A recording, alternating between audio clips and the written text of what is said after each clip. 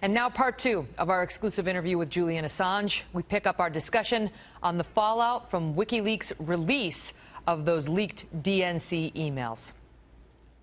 Are you receiving more leaks now in the wake of what we saw, here in the U.S. election in July? Yes, every time, of course, that we have a big publication, there's a lot of reportage, and sources see this and they go, okay, WikiLeaks works. I'll give them my stuff. So that's a good thing. Unfortunately, it means that we're drowning, having to work around the clock. There was a lot of speculation here in the United States that perhaps Russia was behind the hack of the DNC. I know you're not giving up your source. But there was also speculation about whether your source was inside the DNC and whether it may have potentially been a man named Seth Rich who was killed. He was shot in what police initially said looked like a robbery just last month.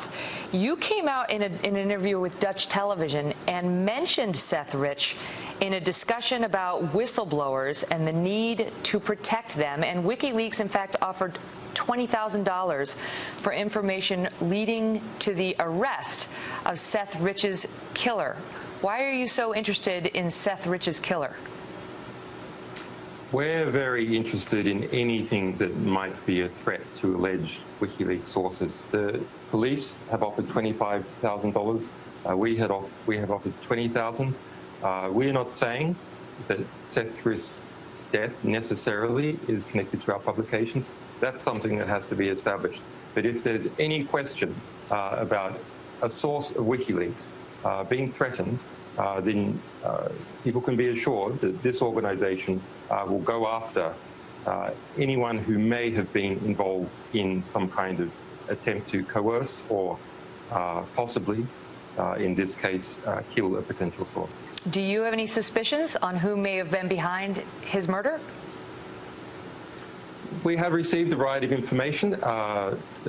We'll be forwarding that information to the police. I don't think the information so far is enough to start pointing any direct fingers. We don't want to compromise the police investigation.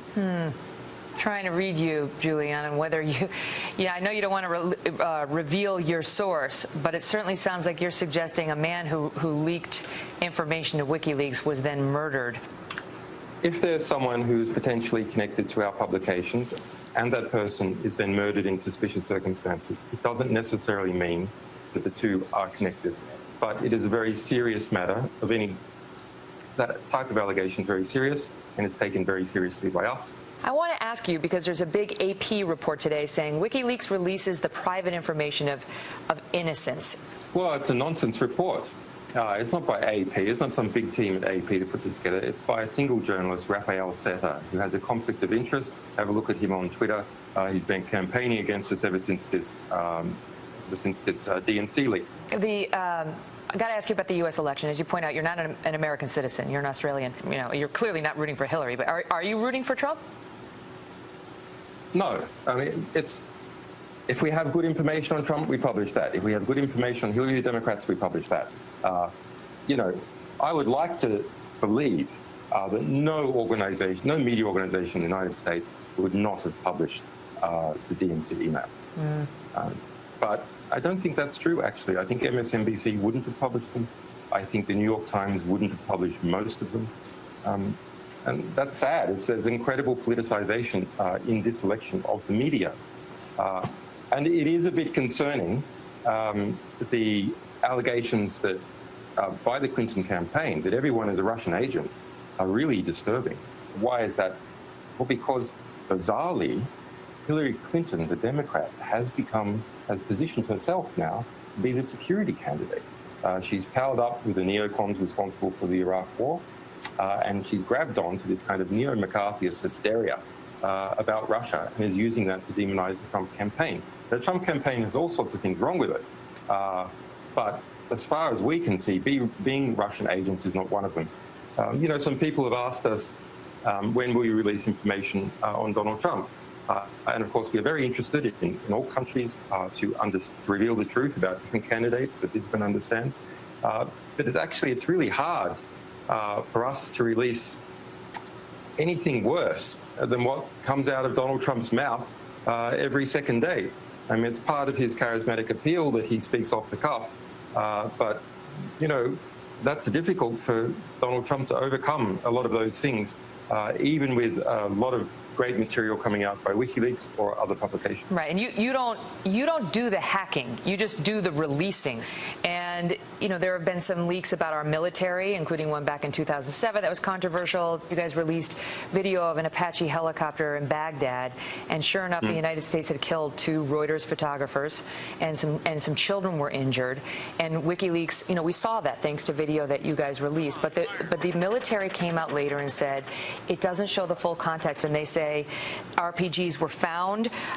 Ground troops leader discovered 2 RPGs, an RPG launcher, a rifle where this group had been clustered. Look, we had a clear result.